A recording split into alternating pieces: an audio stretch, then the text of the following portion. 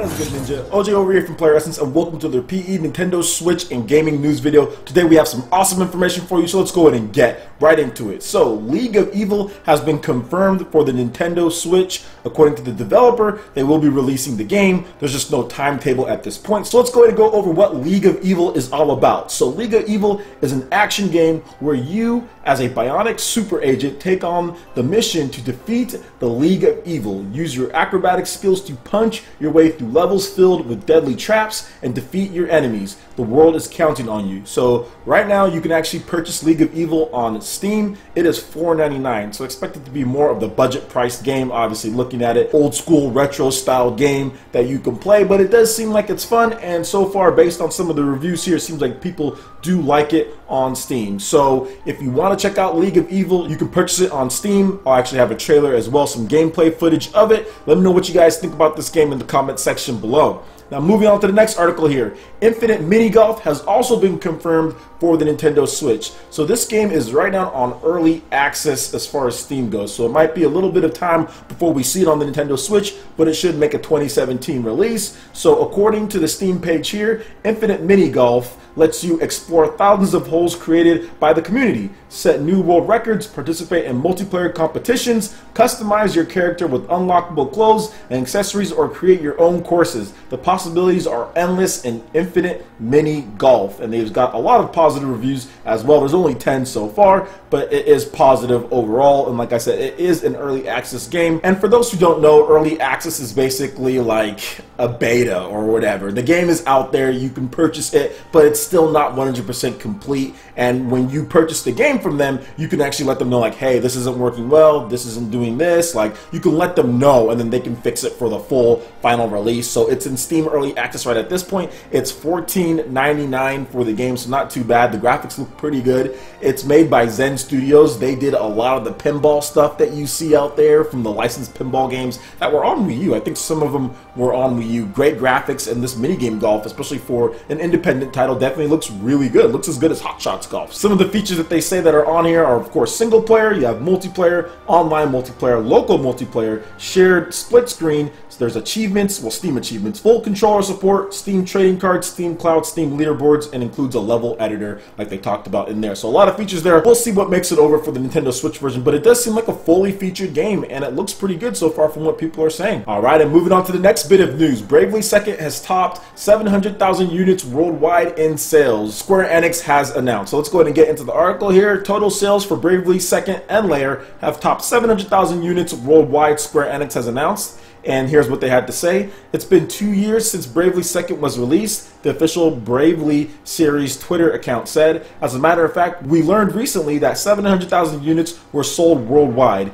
and smartphone title Bravely Default Fairy's Effect is doing considerably well. That's all I can say for now, but thank you once again to everyone who has given their support to Bravely. Bravely Second and Lair first launched on the Nintendo 3DS in Japan on April 2015, followed by Europe and Australia in February 2016, and North America in April 2016. It is the sequel to Bravely Default, and that staggered release schedule, I have no clue what they were thinking with that staggered release schedule. You have 2015, then you have February 2016, then April 2015 for North America, the biggest region that bought the game the most the first time through. So not really sure what's going on there, but it is what it is. I have Bravely Second on Nintendo 3DS, but it was just really late. I think it would have done a lot better if it released in 2015 and had more of a worldwide launch, coming off of the heels of Bravely Default and kind of the weird ending that that game had. But hey, 700,000 units for this style of RPG is not bad for them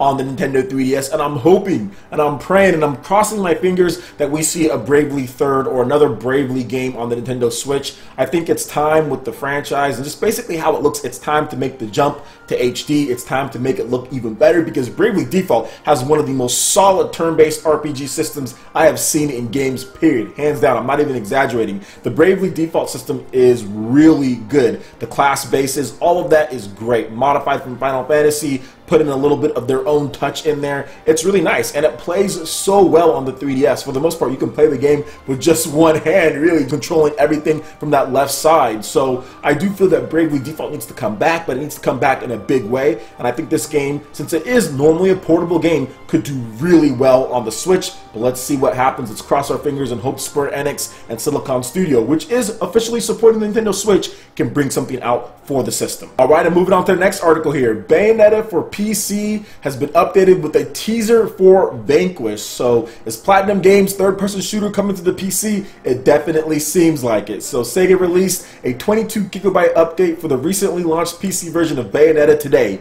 It appears the update itself was solely meant to tease a PC version of Platinum Games' third-person shooter Vanquish, as all it did was add an image from the game, pictured right here, to the extras folder. Vanquish first launched for the PlayStation 3 and Xbox 360 in 2010. A PC version was never released. Stay tuned, Ninja. So I want to talk about this because many of you guys don't know, but one of my first videos on YouTube, and one of the first things I did was show off me playing this crazy Vanquish game and beating the challenge mode.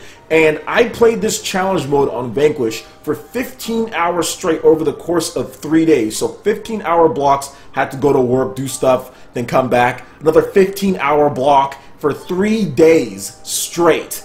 I was dehydrated, I was malnourished because I wasn't eating properly, but I was that obsessed with beating this challenge. Anyone who's played this Vanquish challenge knows it is insane. It is crazy hard, and I was just so obsessed to beat this challenge. It's just really hard. It's like seriously one of the hardest things, probably the hardest thing I've ever done or accomplishment as far as me beating something in a game. Way harder than anything. So that's how crazy I was with this. So I am not hyped to play this game again, because if I do, I'd have to beat that challenge mode again. There's no way I can play this game and not try to go after that challenge mode and get that Steam achievement. So I am going to be skipping this one. I know I'm going to be skipping this one, but I will support Platinum Games. You know, I will be like, hey, maybe I'll gift someone to have a giveaway, but I'm not gonna play it. But if you guys want to try it out, go ahead. Vanquish is a great game, and I recommend buying it. So if you're not obsessed with achievements, or if you're not obsessed with beating the challenge mode, then cool, then you'll be fine buying this game. But if you are, man, that Vanquish challenge mode will kick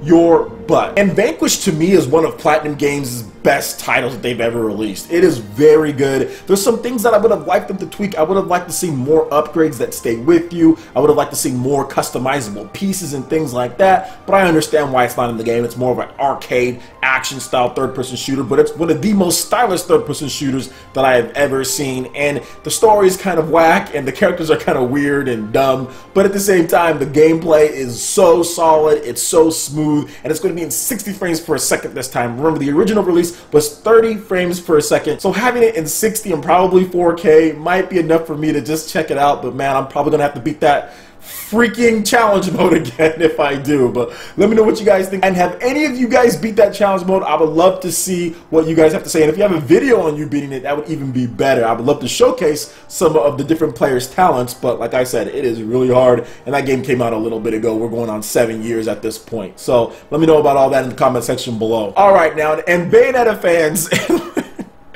Bayonetta fans are desperately clinging to this as a confirmation or as a hinting at Bayonetta 3 because of this clip that I'm about to show you, where Platinum Games has officially uploaded on their channel "Don't F with a Witch," and it says the same scene, or it plays the same scene 3 times in a row. So what would that mean? Why would they do this? That's so obvious. It's like looped in like such amateur editing. It's just like the "Don't F with the Witch," and then she shoots the bullet, and then it starts it over again, and then it starts it over again 3 times on the dot. Why not 4?